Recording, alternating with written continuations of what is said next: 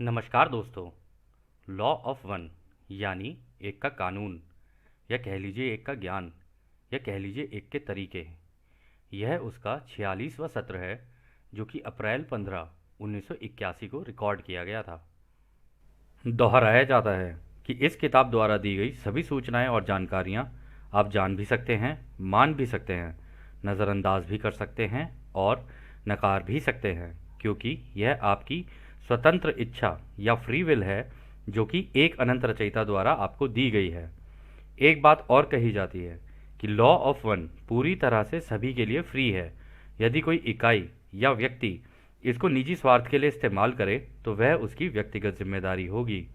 और साथ ही साथ यह भी कहा जाता है कि यदि कोई व्यक्ति इसको अपनी भाषा में परिवर्तित करके दूसरों से साझा करना चाहे या फिर इन वीडियोस को अपने चैनल पर चलाना चाहे तो वह भी ऐसा कर सकता है, क्योंकि वह भी उसकी फ्री विल है।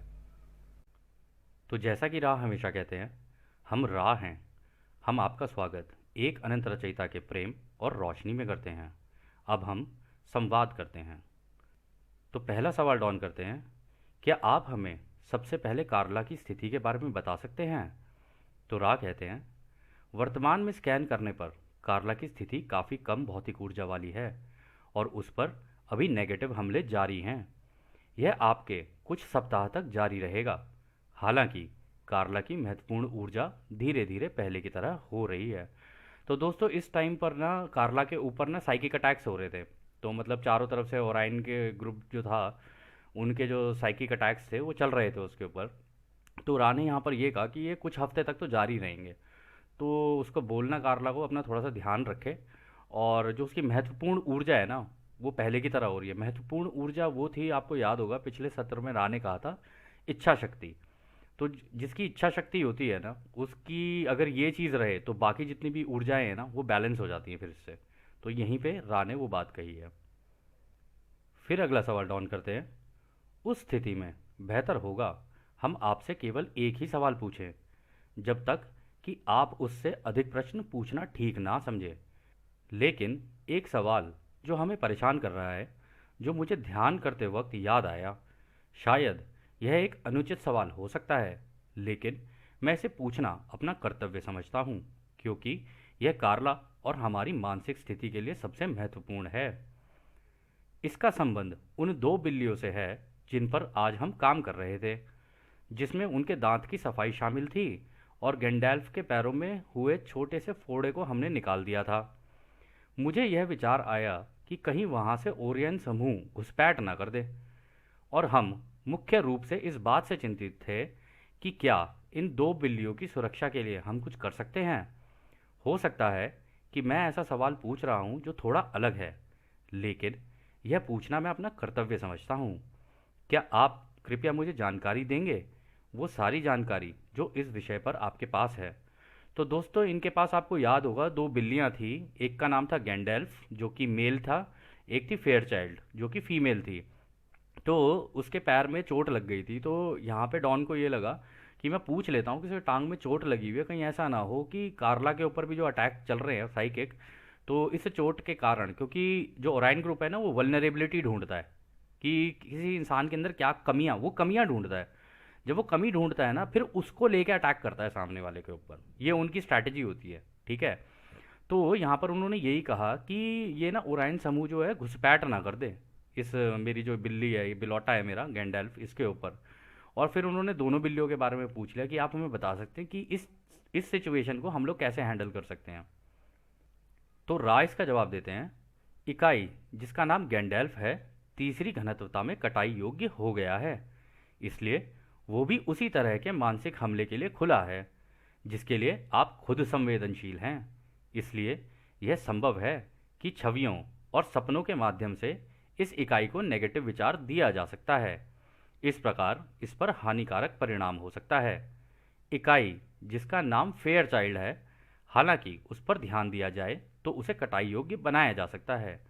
वो अभी तक इस तरह के हमलों के प्रति इतनी संवेदनशील नहीं है, क्योंकि उसका दिमाग अभी भी उस तरह काम नहीं करता है और वो सचेत होकर मन से आप लोगों के प्रति वफादार भी नहीं है और आप सब से इतना प्यार नहीं करती है। तो दोस्तों यहाँ पर उन्होंने गैंडेल्फ के बारे में बताया, जो इनका बिलौटा था। तो उन्होंने कहा कि ये जो गैंडेल्फ है ना, ये तो हो गया तीसरी घनत्वता की कटाई के योग्य। ठीक है, इसको प्रेम प्यार वो ये सारी चीज़ें समझ में आने लगी हैं। तो उन्होंने कहा कि हालांकि ये तीसरी घनत्वता के लायक हो गया है, लेकिन जैसे तीसरी घनत्वता के लोग इन साइकिक अटैक्स के लिए ओपन होते हैं ना, इसी तरीके से ये भी ओपन हो चुका है अब उसके लिए। तो इसको सपनों में जैसे इमेजेस दिखाना, ये सारी चीज़ें करना, इससे इसको नेगेटिव विचार डाले जा सकते हैं इसके दिमाग में, जिसकी वजह से हो सकता है इरिटेटिंग इसका बिहेवियर हो जाए। ठीक है, और रा ने लिखा है उसके हानिकारक परिणाम हो सकते हैं। और फिर उन्होंने फेयरचाइल्ड के बारे में कहा कि ये अभी कटाई योग्य नहीं है, इसको अगर थोड़ा सा और ध्यान दिया जाए ना इसके ऊपर, तो ये भी कटाई योग्य बन सकती है, यानी हार्वेस्ट के लायक बन सकती है। और उन्होंने ये भी कहा कि ये उतनी संवेदनशील नहीं है, क्योंकि अभी उसका दिमाग जो है ना उतना सचेत नहीं है, और वो आपके प्रति वफादार भी नहीं है, और इतना प्यार भी नहीं करती है आपको।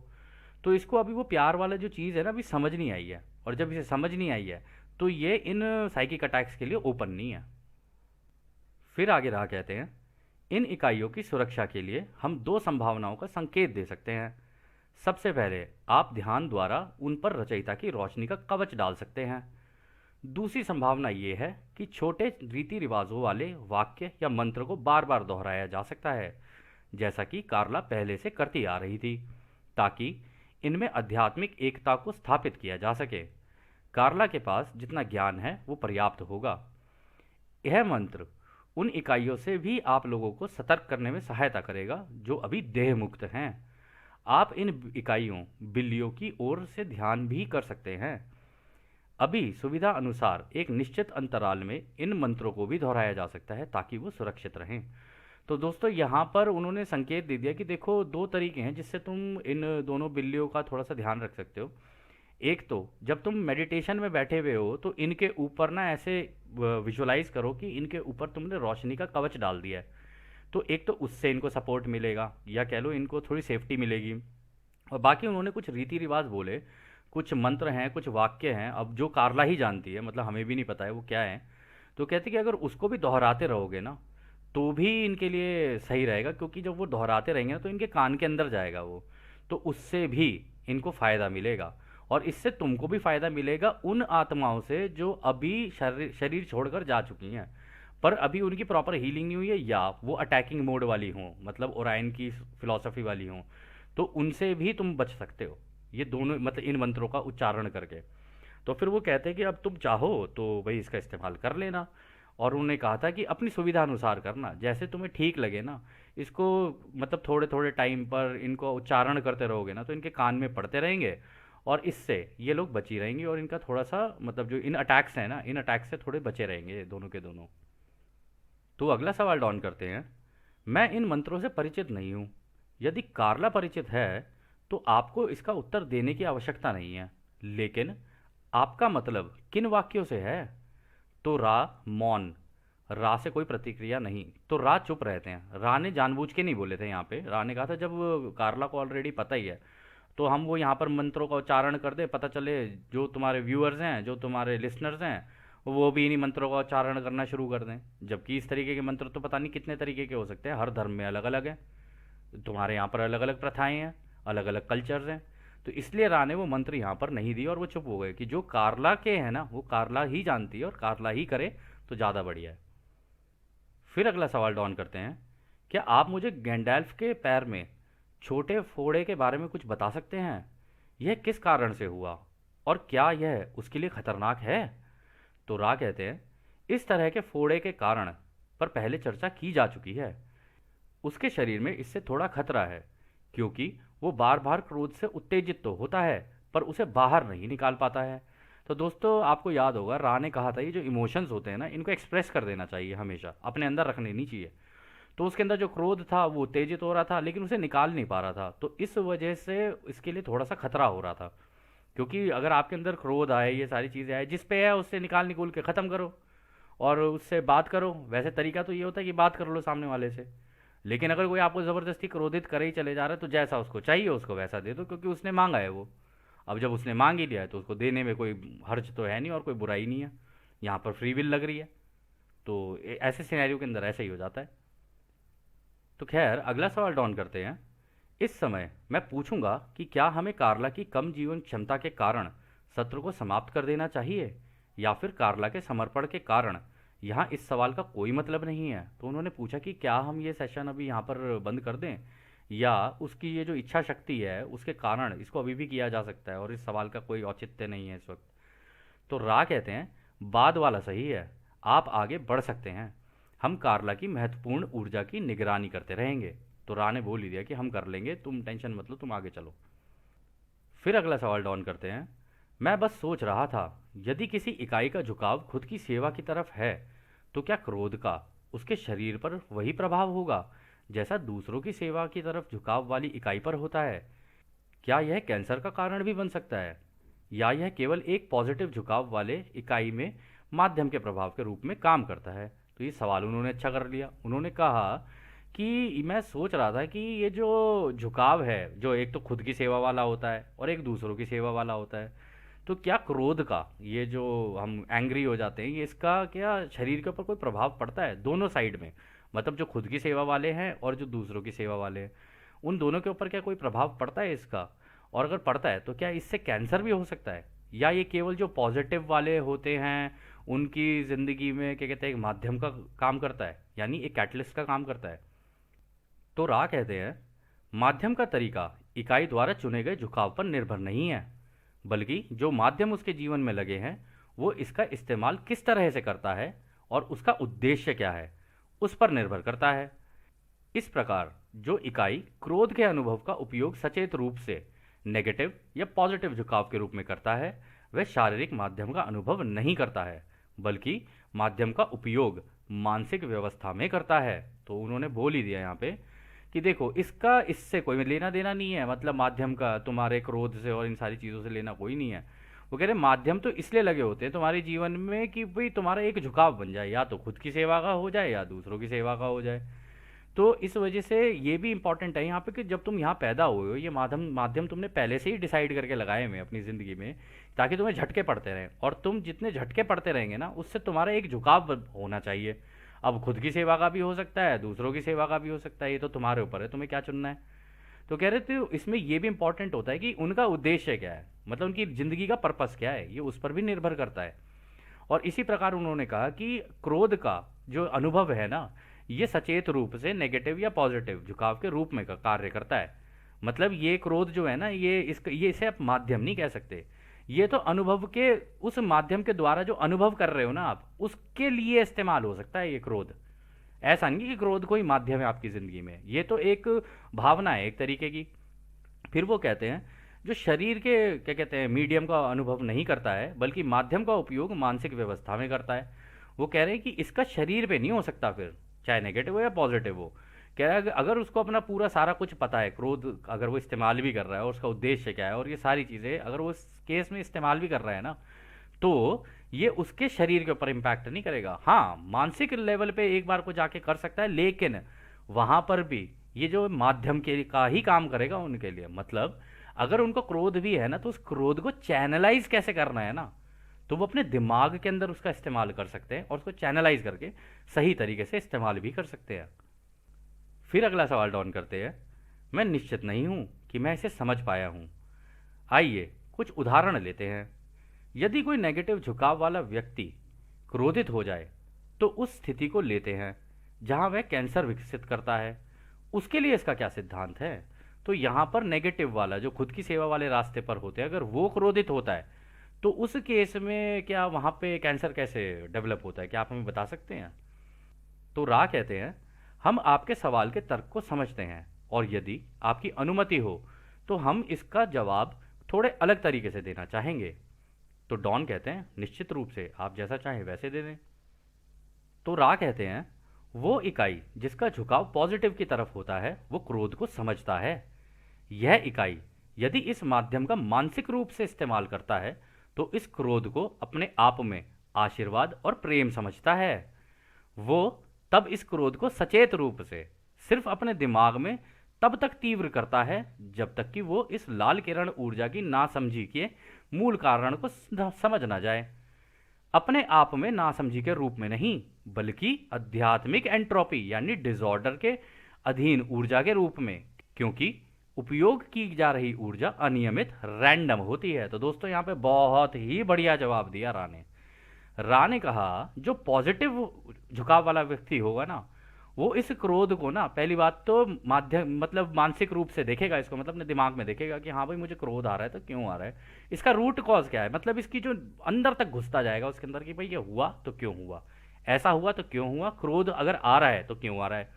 और इसको वो अपने लिए आशीर्वाद और प्रेम समझेगा, क्योंकि उससे अब वो सीखेगा, ये सीखने का माध्यम बन जाता है उसके लिए ये ही क्रोध। हालांकि जो माध्यम उसकी ज़िंदगी में लगे होते हैं ना, ये क्रोध उसके अंदर बस एक एडिशन की तरह काम करता है, ये भावना की तरह काम करेगा। और जब ये करेगा तो इसकी वजह से उसका इस्तेमाल कैसे करना है ना उसको समझ में आ जाएगा, और वो बड़े संतुलित तरीके से उसका इस्तेमाल कर सकता है। तो वो कह रहे हैं कि इसको वो सचेत रूप से सिर्फ अपने दिमाग में ना थोड़ा और एक्सपैंड करता रहेगा, मतलब उसको और बढ़ाता जाएगा दिमाग के अंदर, ऐसा नहीं है कि वो निकाल रहा है दूसरों के ऊपर इमीडिएटली, पहले वो बढ़ाता जाएगा इसको। और फिर उस लाल किरण की ऊर्जा, यानी वो कह रहे हैं कि वो जो रूट कॉज है ना उस मतलब क्रोध के होने का जो रूट कॉज है उसको समझने की कोशिश करेगा कि इस बचपने का मूल कारण क्या है, क्योंकि उसे पता है ये जो क्रोध हो रहा है ना ये किसी एक्टिविटी या किसी घटना की वजह से हुआ है। अब जो घटना है उस घटना का रूट कॉज क्या है और उसके अंदर नासमझी कहाँ पर है या बचपना कहाँ पर है, तो वो सामने वाले का बचपना वहां से ढूंढ लेगा। ठीक है कि भाई इस व्यक्ति की वजह से हुआ या इस घटना की वजह से हुआ या किसी और कारण से हुआ या हो सकता है मेरे ही कारण से हुआ हो। तो इनको सारी चीज़ों को वो देखेगा, और फिर उसमें भी वो देखेगा इसको अपने आप की नासमझी के रूप में नहीं देखेगा, वो ये देखेगा आध्यात्मिक लेवल पे, मतलब यूनिवर्सल लेवल पे ये क्या डिसऑर्डर क्रिएट करता है, यानी ये किस तरीके के विभाजन क्रिएट कर रहा है।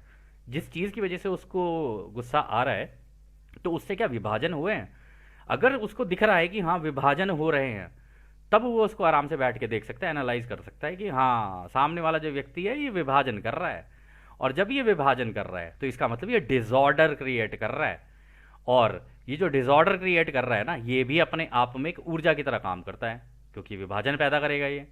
और ये जो विभाजन की ऊर्जा होती है रैंडम होती है, ऐसा नहीं है कि ये कोई मतलब तैयार की गई हो। हाँ हो सकता है कि सामने वाले ने उसकी पूरी भूमिका तैयार की हो, फिर उसको एग्जीक्यूट किया हो और बड़े प्लान्ड तरीके से आपको अटैक करने की कोशिश की हो, लेकिन वास्तविकता में देखा जाएगा ना ये बड़े रैंडम तरीके से होता है, अचानक से हो जाता है, एक छोटी सी घटना होगी वो ही एक बड़ा रूप ले लेती है। तो जो संतुलित होगा ना वो इसको बड़े आराम से डील करता हुआ जाएगा, वो कहेगा हाँ हाँ ठीक है चलो कोई बात नहीं, पता है मेरे को इसका रूट कॉज पता है, कोई दिक्कत नहीं है। और इसी तरीके से एक संतुलित व्यक्ति को करना भी चाहिए।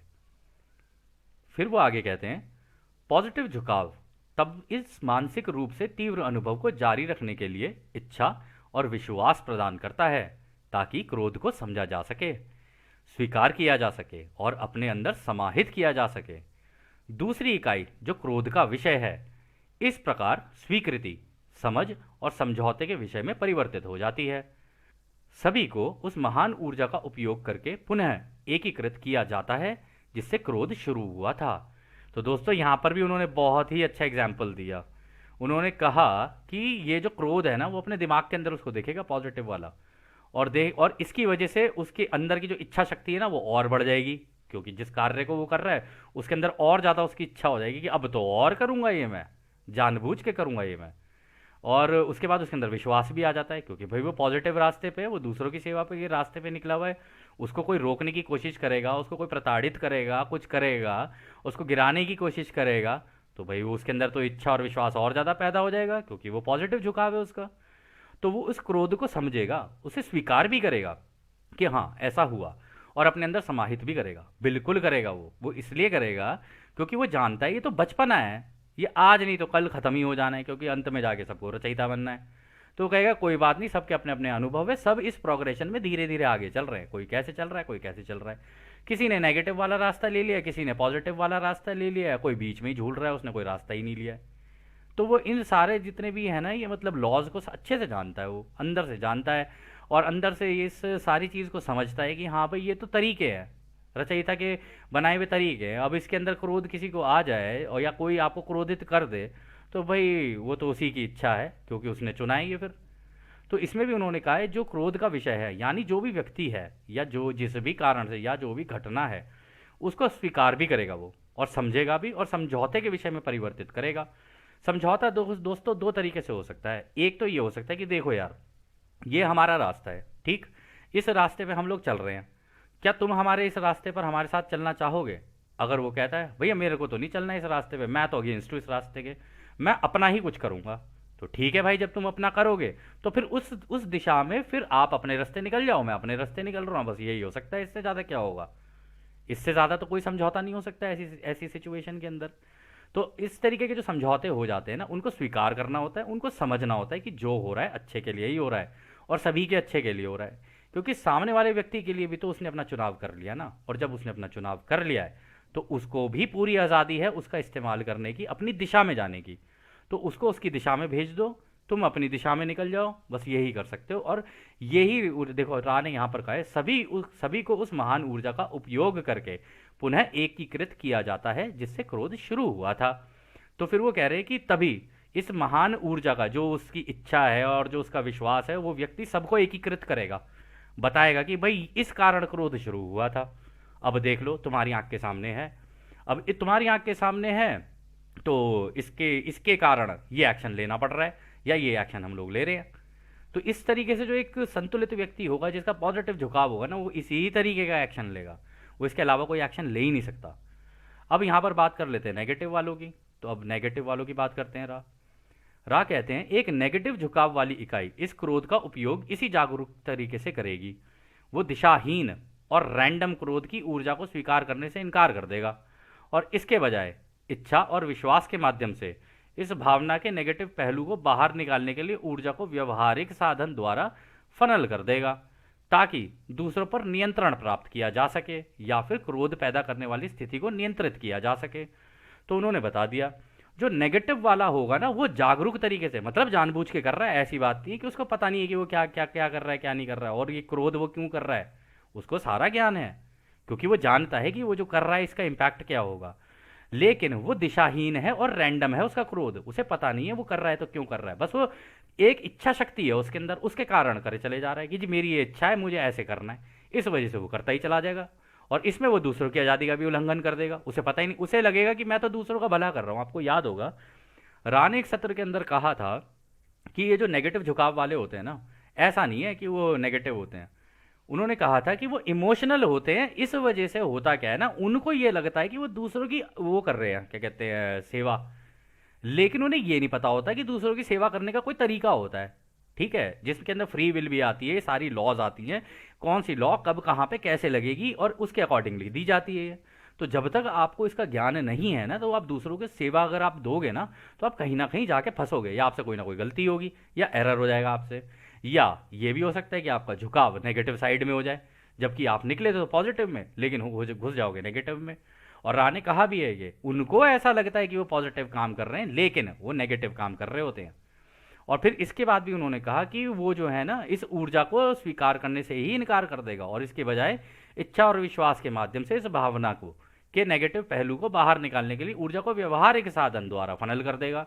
यानी वो ये सारी चीज़ें जितनी भी हो रही हैं ना, इनको इच्छा और अपने विश्वास के माध्यम से इस भावना को एक नेगेटिव साइड में झुका देगा पूरा का पूरा, मतलब अपनी भावना का, अपने इमोशंस का इस्तेमाल करके उस पूरी घटना को नेगेटिव में कन्वर्ट कर देगा, क्योंकि वो इमोशनल है, बह जा रहा है, उसके पास संतुलन नहीं है, और इस कारण वो सारी चीज़ें उसके व्यवहार में दिखनी शुरू हो जाती हैं। वो दूसरों के अंदर, मतलब ऐसा हो गया वैसा हो गया, उत्तेजित और इस टाइप का, ये वो सारी चीज़ें ऐसे करने लग जाएगा, और अननेसेसरली दूसरों से लड़ाइयाँ करेगा। वो इसीलिए क्योंकि वो चाहता है कि वो लड़ाई करे, ताकि सामने वाले को प्रोवोक करे। लेकिन जो इसका पॉजिटिव झुकाव होगा ना, वो जानता है इस सिचुएशन को डील कैसे करना है, उसे पता है किस सिचुएशन के अंदर क्या किया जाता है। और इसमें भी देखिए रा ने एक और इम्पॉर्टेंट चीज़ कही, ताकि दूसरों पर नियंत्रण प्राप्त किया जा सके या फिर क्रोध पैदा पैदा करने वाली स्थिति को नियंत्रित किया जा सके। यानी जो उसका समूह है ना, उसके ऊपर वो नियंत्रण कर सके, जो उसका समूह है, क्योंकि उसे पता है उसने कर तो दिया ये, लेकिन ऐसे में उसका समूह टूट भी सकता है, क्योंकि उसने क्रोध का इस्तेमाल किया है। तो जब ऐसा करेगा वो, तो उसको दोबारा नियंत्रित करने की कोशिश करने में लग जाएगा अपने पूरे समूह को, वो ऐसा हो सकता है उसके साथ। तो ऐसे में अगर उसका पॉजिटिव नहीं है ना, अगर वो, तो वो अंदर ही अंदर देखना, वो बाद में जाके ना वो मनमुटाव, गुटबाजी और ये सारी चीज़ें शुरू हो जाती हैं ऐसे ग्रुप्स के अंदर।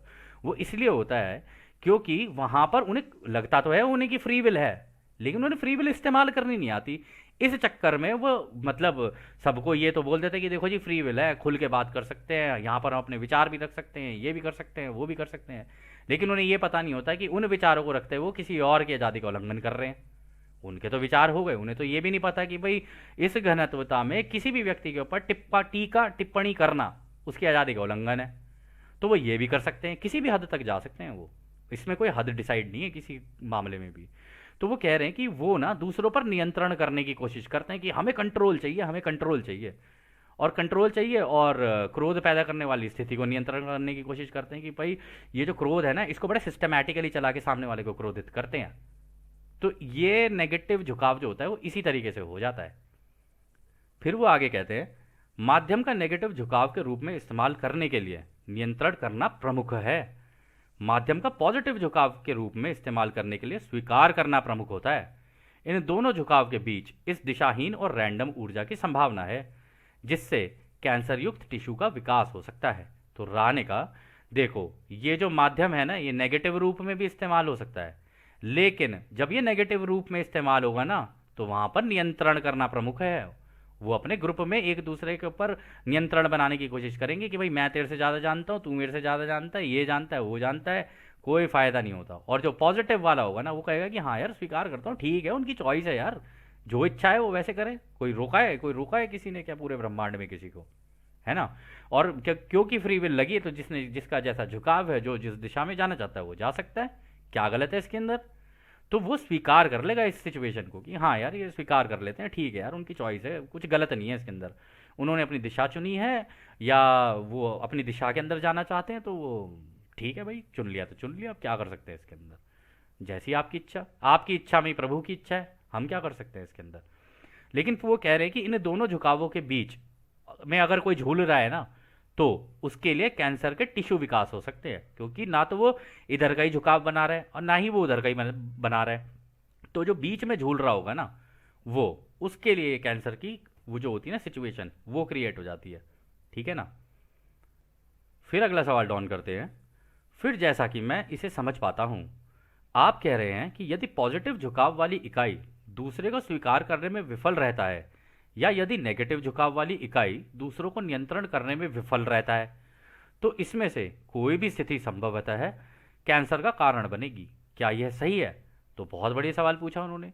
उन्होंने कहा कि जो पॉजिटिव वाला है अगर मान लो इसे स्वीकार नहीं करता है, वो कहता है कि नहीं नहीं मैं स्वीकार नहीं कर रहा हूँ, अननेसेसरली उनके साथ लड़ाइयों में घुस रहा है, वो कह रहा है कि भाई ठीक है तूने जो रास्ता चुन लिया तो अपना रास्ता ले और अपना जा यार, खत्म कर कहानी, इसको यहीं पर ही खत्म कर, तुझे जो ठीक लगे तू अपना कर ले वैसे।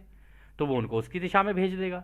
लेकिन नेगेटिव वाला जो है ना वो कंटिन्यूसली लगा रहेगा कि किसी ना किसी तरीके से इनके ऊपर नियंत्रण करने की कोशिश करूं मैं, अपना मतलब क्या बोलते हैं उसको, एक कंट्रोल स्थापित करने की कोशिश करूं। लगता तो उसको यही है कि हाँ मैं पॉजिटिव काम कर रहा हूं, लेकिन उसे पता नहीं होता कि उसकी नेगेटिव झुकाव हो चुका है उसका। और अगर इसको करने में वो विफल हो जाता है तो इस केस में, दोनों ही केस में, मान लो अगर कोई स्वीकार करने में विफल हो जाता है पॉजिटिव वाला, और दूसरों के ऊपर कंट्रोल ना करने वाले पर मतलब अगर वो कोई कंट्रोल नहीं कर पाता है तो उस केस में भी उसके साथ कैंसर हो सकता है। ये दोनों ही स्थितियां हो सकती हैं। तो राय इसका जवाब देते हैं यह आंशिक रूप से सही है। झुकाव के आधार पर पहले खुद की स्वीकृति या नियंत्रण होना चाहिए। क्रोध कई चीज़ों में से एक है जिसे या तो खुद के हिस्से के रूप में स्वीकारा और प्यार किया जाना चाहिए या फिर खुद के हिस्से के रूप में नियंत्रित किया जाना चाहिए यदि इकाई को अपने आप पर कार्य करना है तो वो उन्होंने भी इसमें भी देखो बहुत बढ़िया जवाब दिया उन्होंने। उन्होंने कहा देखो झुकाव का जो आधार है ना, जो तुम्हें अपना झुकाव बनाने इन दोनों में से एक साइड में, तो उसकी स्वीकृति का नियंत्रण होना चाहिए आपके ऊपर, मतलब आपको स्वीकार करना चाहिए सामने वाले का जो डिसीजन है कि हाँ भाई उसका ये डिसीजन है, उसने लिया हुआ है, ठीक है, जब उसने ले लिया है तो कोई बात नहीं। तो उसके लिए आपके अंदर भी नियंत्रण होना चाहिए कि हाँ चलो जी मैंने स्वीकार कर लिया, नो प्रॉब्लम। और जो क्रोधित है, ये जो क्रोध है ये कई चीज़ों में खुद के हिस्से में स्वीकारा जाना चाहिए। अगर आप पॉजिटिव साइड में हो तो आपको स्वीकार करना और प्यार करना है इसको कि हाँ यार ये मेरे लिए लर्निंग थी और अच्छी लर्निंग थी मेरे लिए। और जैसा कि राह ने अभी कहा कि ये तो आशीर्वाद और प्रेम है तुम्हारे लिए, ये ऐसे कैटलिस्ट तो तुम्हारी ज़िंदगी में तुम्हें सिखाते हैं कि भाई तुम्हें इस तरीके की सिचुएशन को कैसे डील करना है, क्योंकि ऐसी सिचुएशन तो कभी भी आ सकती है तुम्हारी ज़िंदगी में। और तुम पॉजिटिव रास्ते पे चल रहे हो। तो रा ने बोला ही था कि पॉजिटिव का रास्ता भी इतना आसान नहीं है, झटके तो तुम्हें भी पड़ेंगे। ये मत सोचना कि तुम बड़े स्मूथली निकल जाओगे, स्मूथली कोई नहीं निकलता इससे। तो उन्होंने कह दिया इसको स्वीकार भी करना चाहिए और उसको प्यार भी करना चाहिए, और फिर इसको खुद के हिस्से में नियंत्रित भी किया जाना चाहिए यदि कोई इकाई अपने ऊपर कार्य करना चाहती है तो। कह रहे कि इसको नियंत्रित करके अपने हिस्सा मान लो कि यार ये सारी चीज़ें भी तो रचयिता के ही हिस्सा है और मैं रचयिता का हिस्सा हूँ। तो इसको एक्सेप्ट करो, और इसको एक्सेप्ट करके ये सोचो कि हाँ चलो ठीक है जी, हो गया जो हो गया, कोई प्रॉब्लम नहीं है, आगे निकलते हैं। ऐसे करके फिर वो अपने ऊपर कार्य कर लेता है और फिर वो आगे निकल जाता है, क्योंकि उसको पता है मेरा उद्देश्य ज़िंदगी का कुछ और है, मेरा कर्म कुछ और है, मैंने अपने लिए चुनाव कुछ और किया है, मैंने चुना कुछ है अपने लिए, तो मैं उसके ऊपर फोकस करता हूँ ना कि क्या बचपने की चीज़ों के अंदर मैं पढ़ूंगा और क्यों मैं इन बचपने में पढ़ूँ। फिर अगला सवाल डाउन करते हैं।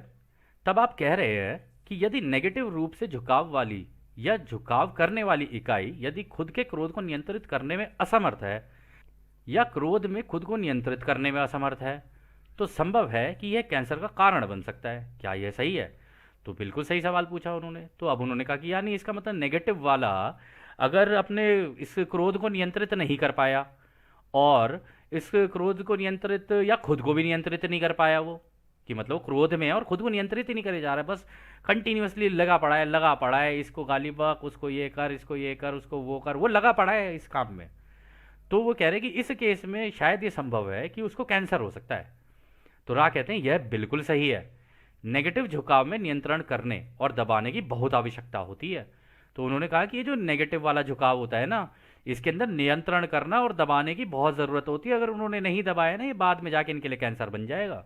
तो इनको सोच के करना चाहिए इस काम को भी। तो डॉन कहते हैं किस बात को दबाना?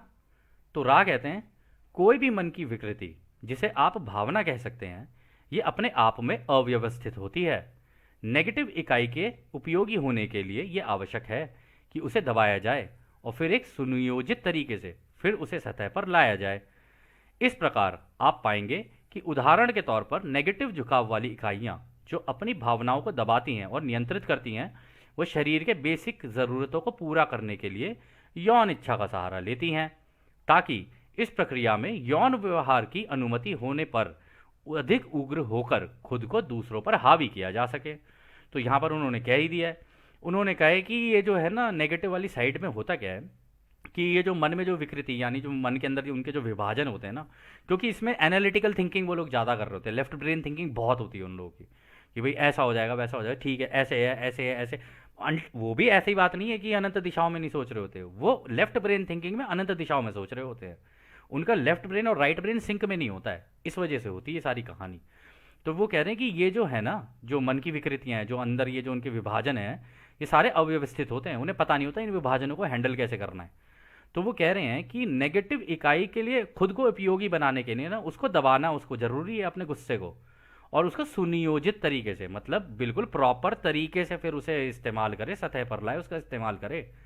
और इस प्रकार वो कह रहे हैं कि देखो उदाहरण के तौर पर अगर आप देखो तो ये जो नेगेटिव झुकाव वाले होते हैं ना, वो अपनी भावनाओं को दबाते हैं और नियंत्रित भी करते हैं, और शरीर के बेसिक ज़रूरतों को पूरा करने के लिए ना यौन इच्छा का सहारा ले लेते हैं। अब यौन इच्छा में बहुत सारी चीज़ें हो सकती हैं, वो उनका बचपना दर्शाने लग जाएंगे वो, ये भी हो सकता है, या हो सकता है जिस रिलेशनशिप में हो उसमें अपने पार्टनर को डोमिनेट करने लग जाएं, इवन मतलब इस यौन क्रिया के दौरान। तो वो कह रहे हैं कि ताकि इस प्रक्रिया में यौन व्यवहार की अनुमति होने पर अधिक उग्र होकर खुद को दूसरे पर हावी किया जा सके। तो यानी वो अपने गुस्से को कंट्रोल नहीं कर पा रहे हैं, तो वो उस गुस्से को निकालने के लिए अपने पार्टनर के ऊपर निकाल देंगे गुस्सा इस यौन क्रिया में। ऐसा भी हो सकता है, और ऐसा कई जगहों पर देखा भी गया है कि नेगेटिव जो एंटिटीज़ होती हैं वो इस तरीके की कर देती हैं चीज़ें उनको, क्योंकि कंट्रोल है ही नहीं। जब कंट्रोल खुद पर ही नहीं है, नियंत्रण ही नहीं है, और अपने मतलब गुस्से को चैनल करना नहीं आ रहा है, तो इस वजह से वो ऐसा कर सकते हैं। फिर अगला सवाल डाउन करते हैं। फिर पॉजिटिव झुकाव वाली इकाई भावना को दबाने का प्रयास करने के बजाय भावना को संतुलित करेगी, जैसा कि पहले के संपर्क में आपने बताया है। क्या यह सही है? तो रा कहते हैं हाँ यह सही है और एकता का मार्ग दर्शाता है। तो देख लीजिए दोस्तों, यहाँ पर डॉन ने कह ही दिया कि इसका मतलब जो लोग व्यक्ति पॉजिटिव होगा ना, वो अपनी भावना को दबाने का प्रयास करने के बजाय ना उसको संतुलन में लाने की कोशिश करेगा, देखेगा कि रूट कॉज ये है, ठीक है, सामने वाले को ये चाहिए, उसको ये दे दिया, मुझको ये चाहिए, मैं ये दे रहा हूँ, मैं ये कर रहा हूँ। मेरा रास्ता ये है, उसका रास्ता वो है, उसको उसके रास्ते पर जाने दो, मैं अपने रास्ते पर जा रहा हूँ और अपना कर्म करता रहूँगा। जो मैंने अपने लिए चुना है मैं वही करूँगा, क्योंकि यही मेरा उद्देश्य है, क्योंकि यही मेरा पर्पस है, क्योंकि मैंने चुना है क्रिएटर से। तो फिर वो कह रहे कि हाँ ये बिल्कुल सही है और एकता का मार्ग दर्शाता है। उस व्यक्ति का ये ही कहना होगा कि कुछ भी हो जाए, अनंत रचयिता की दिशा में चलो, क्योंकि अंत में जाके तुम्हें रचयिता बनना है। अगर तुम भटक गए ना इस रास्ते से तो तुम रचयिता नहीं बन पाओगे, और या तो बीच में झूल जाओगे या नेगेटिव साइड में चले जाओगे। लेकिन अगर तुम नेगेटिव साइड में जाते हो तो भी हमारी तरफ से तुम्हारे लिए प्रेम ही है कि मेरे भाई आगे निकलो, लेकिन उसको अच्छे से सीखो। ऐसे मत करो अपने आप के साथ कि ये वो भी नहीं सीखना, ये भी नहीं सीखना, और बीच में झूल रहे हैं, पता नहीं चल रहा है कि भाई ये नेगेटिव है पॉजिटिव है, क्या है क्या नहीं है। अब उसके लिए तो एक का ज्ञान ही लेना पड़ता है, प्रॉपर तरीके से अपने ऊपर काम करना पड़ता है। जब आप अपने ऊपर काम करोगे तो ऑटोमेटिकली आपके अंदर ये हमेशा रहेगा कि भाई सबको एकता के रास्ते पर ही लेके जाना है, उस एक अनंत रचयिता के रास्ते पर। लेकिन उसमें भी उनकी इच्छा होनी चाहिए, ऐसा नहीं कि अपनी इच्छा उनके ऊपर डाल दो कि जी ऐसे ही है। प्रत्येक व्यक्ति जो दूसरों की सेवा की कार्य करे या खुद की सेवा का कार्य करे, सबका अपना अपना चुना हुआ है, और जो व्यक्ति चुनाव कर ले उसको उस दिशा में कार्य करना शुरू कर देना चाहिए। फिर अगला सवाल डॉन करते हैं, तब कैंसर दोनों तरह के झुकाव में लगभग एक ही तरह से सिखाने के माध्यम की तरह कार्य करता है। मान लीजिए यदि पॉजिटिव और नेगेटिव दोनों दिशाओं में झुकाव बनाना है तो यह माध्यम का अनुभव कर रही इकाई के झुकाव पर निर्भर करता है। क्या यह सही है? तो ये भी सवाल उन्होंने अच्छा कर दिया। उन्होंने कहा कि इसका मतलब जो कैंसर है ना, ये एक व्यक्ति के झुकाव पर निर्भर है कि उसका झुकाव है किस तरफ, ठीक है ना। और ये उनको सिखाने के माध्यम की तरह काम करता है कि भाई अब तो हो गया कैंसर, अब देखो अब तुम बनाओ अपना जो तुम्हें झुकाव बनाना है, या तो पॉजिटिव में जाओ नहीं तो नेगेटिव में जाओ, जो भी तुमने किया है या चुना है अपने लिए वो कर लो। तो कहते हैं कि पॉजिटिव हो या नेगेटिव हो, इसमें झुकाव बनाने के लिए शायद ये माध्यम का काम करता है, और ये माध्यम जो है उसके झुकाव पर निर्भर है। क्या सही कह रहा हूं मैं? तो रा कहते हैं यह गलत है, क्योंकि माध्यम अचेत होता है और बुद्धि के साथ काम नहीं करता है, बल्कि ये उसका हिस्सा है, जिसे आप सीखने और सिखाने का तरीका कहते हैं, जिसे उपलोगोस द्वारा आपके जन्म के पहले ही स्थापित कर दिया जाता है। तो देखो दोस्तों, यहाँ पर भी उन्होंने क्लियर कर दिया। उन्होंने कहा कि ये जो तुम कह रहे हो ना माध्यम, अरे माध्यम तो अचेत है, लगा हुआ है, तुमने पहले ही लगाया हो, ये कोई लगाते थोड़ी ना हो तुम। अनुभव चल रहे होते हैं, अनुभव के बीच में लग जाता है ये, क्योंकि तुमने पहले ही डिसाइड करके रखा हुआ है। और ये बुद्धि से तुम्हारे काम भी नहीं करेगा। ये ऐसा थोड़ी ना है कि आप जानबूझ के अपने दिमाग का इस्तेमाल करके अपनी ज़िंदगी में परेशानियां लाओगे, ऐसा तो नहीं होता। माध्यम तो अपने आप ही लग जाते हैं आपकी ज़िंदगी में। वो इसलिए लग जाते हैं क्योंकि आपने लगाए होते हैं कि झटका पड़ेगा अब जागेगा, झटका पड़ेगा अब जागेगा, या तो पॉजिटिव में जाएगा या नेगेटिव में जाएगा, किसी में तो जाएगा। तो फिर वो कहते हैं ये तो उसका हिस्सा है, ये जो तुमने प्रोग्रामिंग की है ना अपनी, ये उसका हिस्सा है, इसका इससे कोई लेना देना नहीं है कि भाई तुमने क्या कहते हैं माध्यम कोई अचेत तरीके से लगाया लगाया हो, ऐसा कुछ भी नहीं है, ना ही अपनी बुद्धि से लगाए, ये तो तुम पहले से ही लगा के आते हो। फिर वो कहते हैं और ये आपके सीखने और सिखाने का तरीका है, जो कि आपके उपलोगोस यानी जो हमारा सूरज है उसके द्वारा लगाया जाता है जन्म से पहले।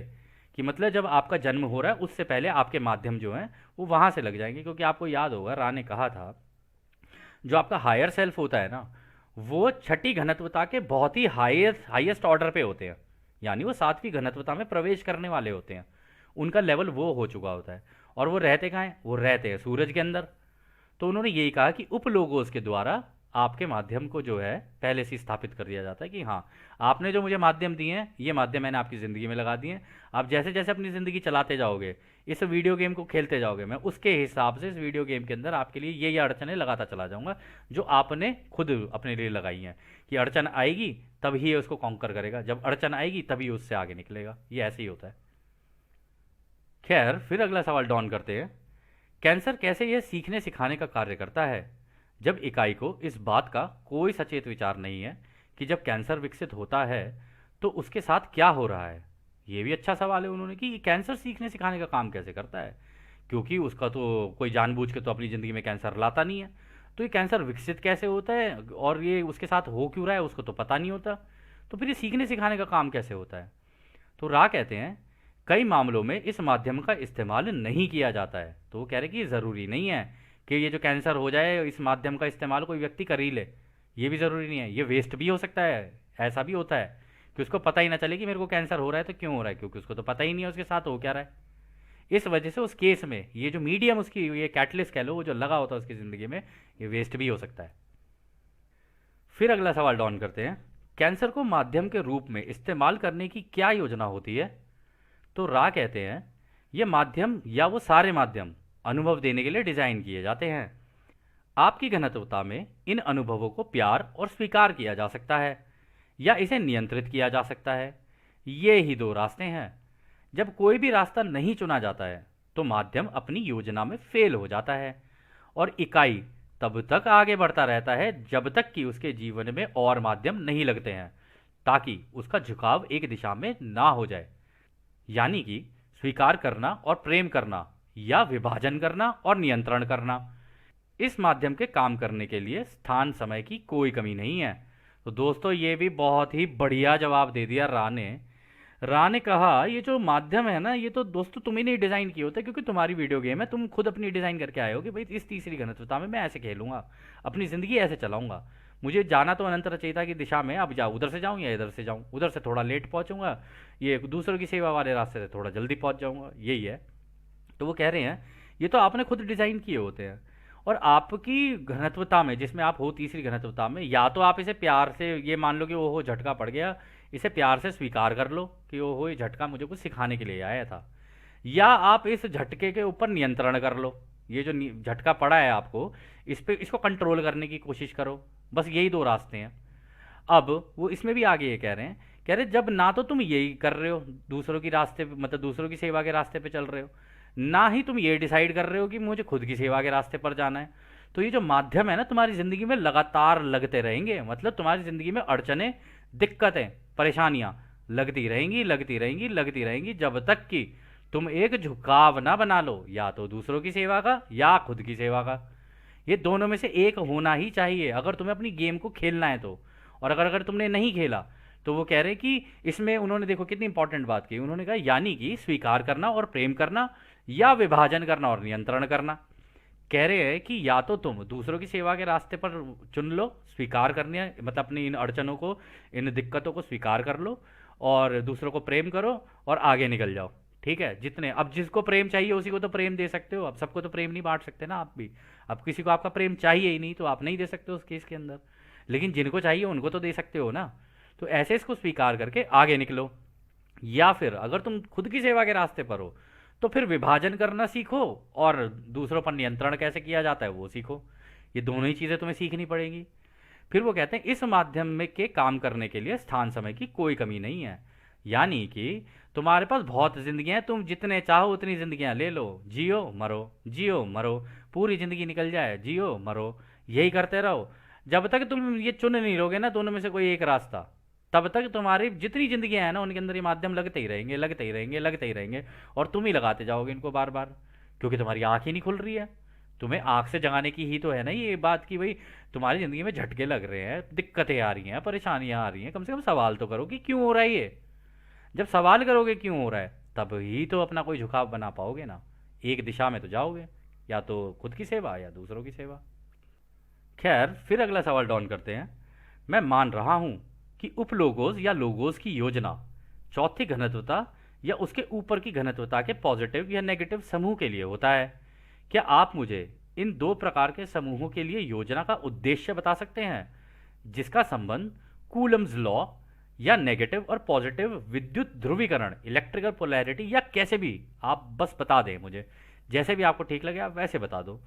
सवाल तो बहुत बढ़िया है। उन्होंने कहा क्या ये उपलोगोस, या कह लो कि हमारे उपलोगोस हो गए यानी हमारे सूरज, और लोगोस हो गए यानी हमारे आकाशगंगा के सेंटर में जो है गैलेक्टिक लोगोस। तो वो कह रहे क्या ये उनकी योजना जो है ये चौथी घनत्वता और उनके ऊपर वालों के लिए है क्या, पॉजिटिव और नेगेटिव दोनों समूह के लिए, कि उनके लिए लगाई जाती है कि सारी की सारी योजना बनाई जाती है कि उनके लिए, कि भाई आप मुझे इन दोनों के जरा उद्देश्य बता दो कि ये जो लगाए हैं, मतलब ये जो उपलोगोस ने जिस तरीके से डिज़ाइन किया है ये पूरे का पूरा गेम सिस्टम, या कह लो ये अनुभव का सिस्टम पूरा डिज़ाइन किया है, तो इसके अंदर ये योजना का उद्देश्य क्या है। जिस आप मुझे इस तरीके से समझाओ कि पॉजिटिव और नेगेटिव इन दो दिशाओं के अंदर अगर आप मुझे बता सको तो बेहतर रहेगा। तो रा कहते हैं कारला थक गई है, हम आपसे फिर बात करेंगे, हम इस संभावना को बताना चाहते हैं कि कार्ला को आगे कोई नुकसान ना हो। इसलिए आप एक हफ्ते में 2 ही सत्र रखिए, जब तक कि कम शारीरिक ऊर्जा के कारण उस पर हो रहे संभावित हमले की अवधि ना गुजर जाए। हम कहना चाहेंगे कि इस समूह के साथ रहकर अच्छा लगा। हम आपके सत्य के प्रति निष्ठा की सराहना करते हैं। क्या इस कार्य के खत्म होने से पहले कोई और छोटा सवाल है? तो दोस्तों यहाँ पर उन्होंने देखो कितनी समझदारी दिखाई। उन्होंने कहा जवाब देने को तो हम दे देंगे, लेकिन इस वक्त कार्ला की ऊर्जा नीचे जा रही है, ठीक है, उसका ध्यान रख लो। और दूसरा ये भी उन्होंने बड़ी अच्छी बात बोली यहाँ पर कि भाई हमें आपकी ये जो सत्य और ये जो जिस सत्य के काम पे आप निकले हो ना और जिस निष्ठा से आप कर रहे हो, कि हम इसकी सराहना करते हैं। और दोस्तों हम आपको सच बताएं, आप लोग सच में दूसरों की सेवा के रास्ते पर निकलोगे ना तो आपकी सच में पूरे ब्रह्मांड में बहुत सराहना होती है। ये हमने को की चैनलिंग में भी देखा, ये हमने रा की चैनलिंग में भी देखा। लेकिन आपको सच में पता होना चाहिए कि ये जो सेवा दी जाती है कैसे दी जाती है, आंख बंद करके नहीं दी जाती है किसी को। और हो सकता है आपको लगे कि आप दे रहे हो लेकिन आप ना दे रहे हो, ऐसा भी हो सकता है। गलती किसी से भी हो सकती है इस कार्य को करते हुए। तो उन्होंने कह दिया कि भाई इस सत्र को ख़त्म करने से पहले कोई छोटा सा सवाल हो तो पूछ लो। तो डॉन कहते हैं केवल यही कि हम कार्ला को अधिक आरामदायक बनाने या संपर्क में सुधार करने के लिए कुछ कर सकते हैं। तो रा कहते हैं आप में से हर व्यक्ति कार्ला का अच्छी तरह से समर्थन कर रहा है और कार्ला अपने उद्देश्य में स्थिर है। आप कर्तव्यनिष्ठ हैं, सब ठीक है। हम आपको किसी भी तरह की ढिलाई से सतर्क करते हैं जो कि यहाँ की व्यवस्था और कार्ला के झुकाव से संबंधित हो। तो उन्होंने बोल ही दिया कि हमें देखो यार, हम आपकी ना बड़ा समर्थन करते हैं कि आप लोग कहते हैं कितने अच्छी तरीके से एक दूसरे के साथ प्रेम प्यार से आगे निकल रहे हो। और कार्ला अपने उद्देश्य में स्थिर है, मतलब कि उसको पता है कि उसका उद्देश्य क्या है। वो डिग अडिग है, वो नहीं हटेगी अपने उद्देश्य से। उसे पता है कि ये कार्य बहुत ज़रूरी है, ये इन्फॉर्मेशन लोगों तक जानी बहुत ज़रूरी है, क्योंकि अगर ये नहीं गई तो कोई भी अपना चुनाव नहीं कर पाएगा, और नहीं करेगा तो रिपीट कर जाएगा।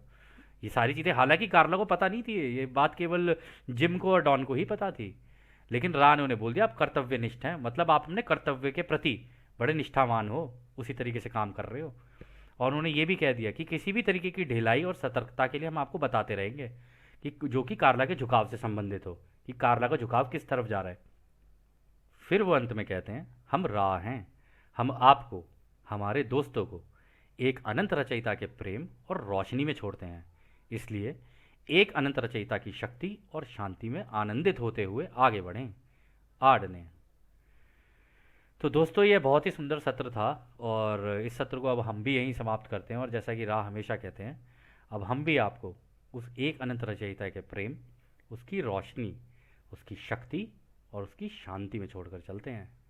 आदने हमारे दोस्तों, आदने वासु। धन्यवाद।